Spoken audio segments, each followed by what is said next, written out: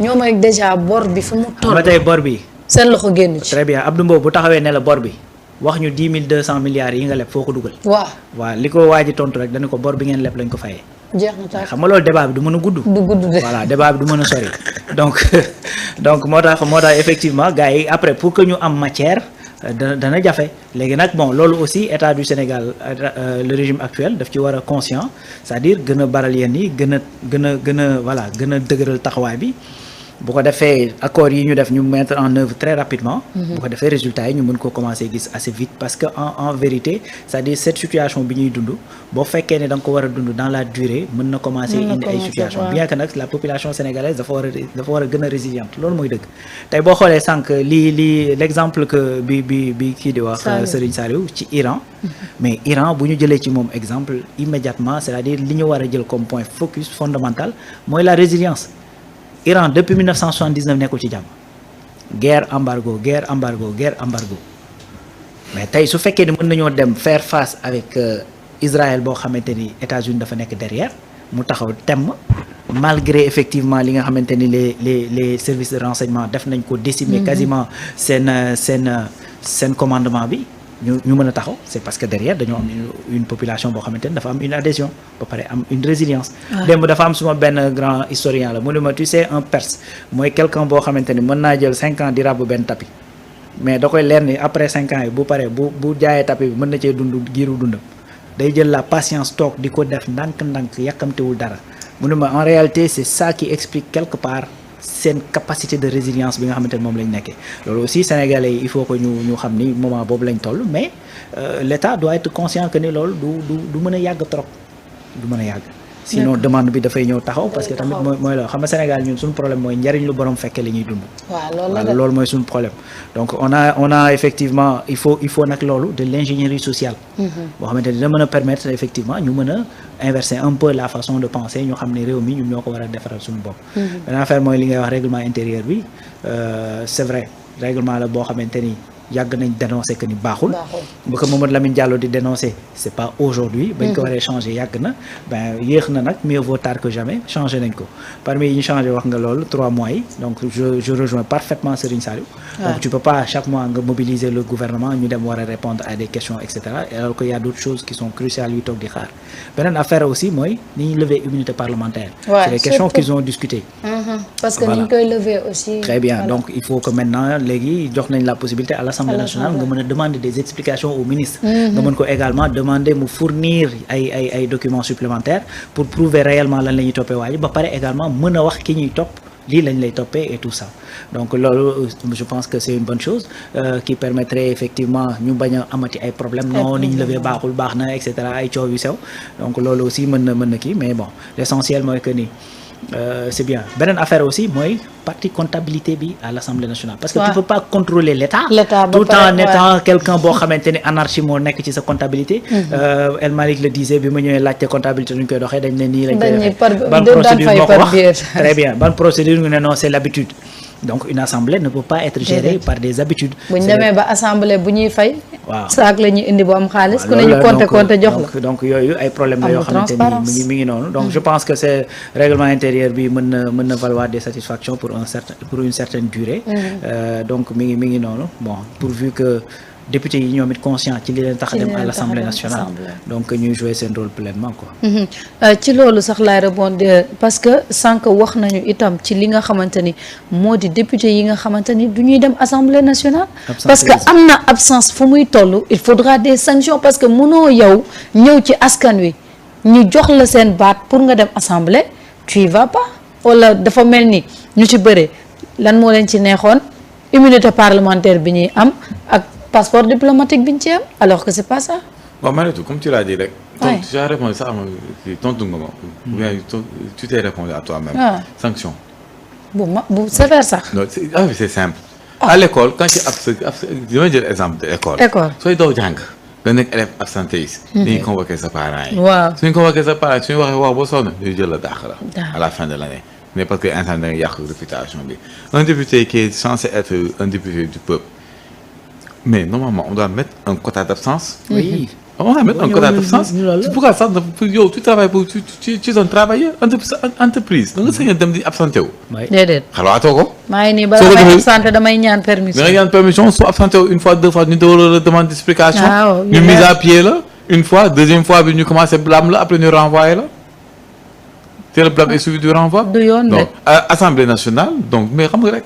mauvais habitude c'est que dafa am nit ñoo xamante ni loolu dafa demoon ba nekk coutume ci ñoom. parce que tàmmuñu woon di dem assemblée. mooy njut njabër mooy may saako xaalis yi rek pour fay salaire yi. pour fay salaire c'est ça qu'on appelle le njut njaaj. waaw les njut njabër ils ont l'habitude du njut njab ci njut njab bi mooy dañ leen nommé doo fa xëy te l'Assemblée nationale il y a des gens yi nga xam ne aussi dans le public. mais loolu la ñu doon def. te bu weer dee ñu fay Sénégal da ngay gis que da ngay dem ci benn public nga gis gars bi ñëw wekk fa yére bi tout le ne tir dem. continué ñëwaat wekki yére bi. dem yoonam loolu la ñu il refait la même chose. ba pare ñu weer dee ñu fay la parce que nit. quand même liñ lay fay da nga ko war a mériter. c'est xool gars yi ci xarmat yu métti lay nekkee dinaa comme fii parce que salaire bi mat na xam nga dem lijjanti fël lay fay. mais loolu posé wu leen problème parce que imagine quelqu'un qui est capable de cautionner une surfacturation pour am ci dara kooku da ngaa foog ne dafay am problème pour lekk salaire bu mu liggéey. mooy noonu du ci am problème. mooy li jut njabër. du ci am problème il faudra loolu tamit ñu teg ci sanction. tu sais Assemblée nationale sax moi pourquoi je dis qu'on doit encore plus les sanctionner. Assemblée nationale le travail il ne travaille pas 7 jours sur 7. Il travaille durant des périodes.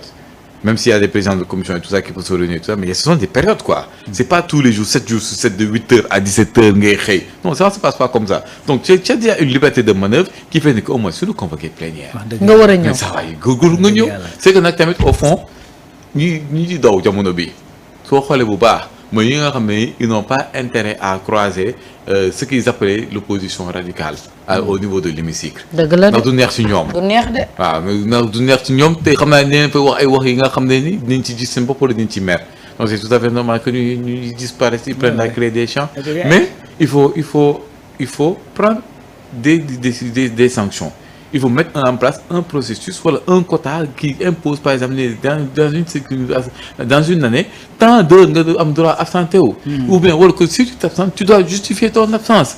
Si tu ne justifies pas ton absence il y a une demande d'explication et à travers la demande d'explication on doit mettre en place des sanctions te si nga sanction bi dàq sax jarul ñu koy def wala ñu interdire xam nga la ñuy def ñu dagg sa salaire. sa salaire la ñuy dagg rek. ak say droits suñ ko daggee léegi nga gis gars yëpp commencé xëy maintenant nag y a de grands jub njabër yi nga xam ne ñoom ils sont ñoo jub njaay ba nekk ay milliardaires suñu daggee seen salaire bi tamit ça ne fait rien tout donc il va falloir trouver d'autres solutions. waaw parce que jàpp ne sax on doit être plus radical. maa ngi koy défendre ci benn plateau ma ni en fait dañu war a intégrer même dans le règlement intérieur de l'Assemblée nationale que lii ngay wax yëpp bu ñu ko defee parce que am na ñoo xamante ne loolu du leen poser problème. déedéet c'est-à-dire bu ñu leen daggoon seen salaire aussi ça les dérange pas c'est-à-dire bu ñuy voter pour nga nekk député on vote pour une liste tey député bu ñu jëlee Assemblée nationale c'est-à-dire ce suppléant dafay ñëw.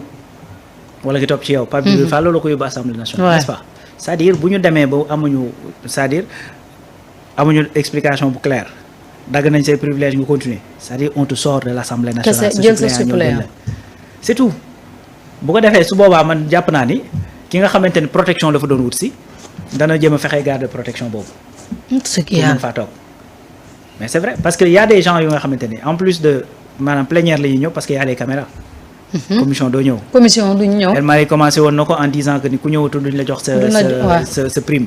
waay mais doyul parce que y a des gens yu nga xamante ni yu nekk à l'Assemblée nationale mais prime bi c'est 3 fois rien pour ñoom. dama mës a dégg Cheikh Tidiane Youm que je salue de passage sama xarit bi mu ne jour bi opposition bi boycotté woon li nga xam ne moo di ñëw Ousmane Sonko foofu mu ne ñooñu dañ fi ñi ñëwul. askan wi ñoo leen jox seen baat te askan bi waxu leen ni bu ñu ñëw kon ñoom li askan wi bëgg mu neex leen mu naqadi leen loolu la ñu war a def parce que ñoom ñoo taataan baasu askan wi mënoo laaj ñu jox la ba pare nga dem di def lu la neex. ça veut dire que yow kon li nga doon laaj sax gëmoo ko en fin de compte parce que il faut parfois tamit dans un moment donné qu'on se respecte aussi. non mais sérieux il faut qu'on se respecte. ñoo gëm lu ñuy def.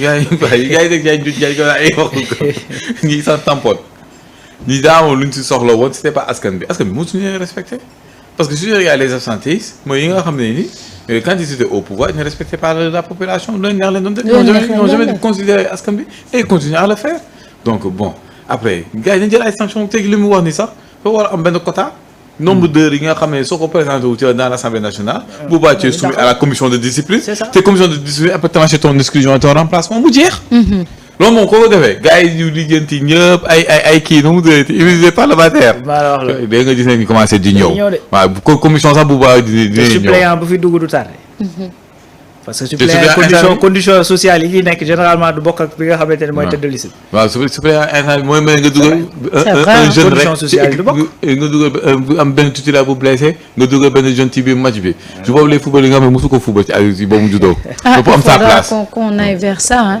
Non il faut juste adapter les textes les améliorer parce que c'est ce qu'on appelle en qualité l'amélioration continue waaw tu améliores on a un problème devant nous comment le régler. Est-ce qu'on doit prendre des sanctions financières? Si les sanctions financières, si oui, combien on doit taxer? En dehors des sanctions financières, qu'est-ce qu'on doit faire? Suñu demee ba sës la ñu war a def nga déterminer ko nga proposer nga def benn projet de loi nga ñëw soumettre ko aux députés léegi nga gis si les choses vont changer. Et c'est comme ça c'est ça qu'on appelle l'amélioration continue et en faisant une amélioration continue tu vois que tu règles les problèmes waaw lii moom ay absentéisme moom nañ commencé dagg suñu dagg bi ci kii ñu demande benn explication suñu dem ba sonn ñu yóbbu leen conseil de discipline changer leen indiwaat keneen mu ñu continuer def son travail. Parce que même un employé sax s'il ne vient pas faire son travail da ngay uti da ngay remplacer. Donc ce sont des employés s'il ne vient pas faire le travail qu'on les remplace. Et que après ñu jëm xool l'immunité parlementaire et tout ça naka la ngay kiiwee mu jeex. ñu wax ci projet.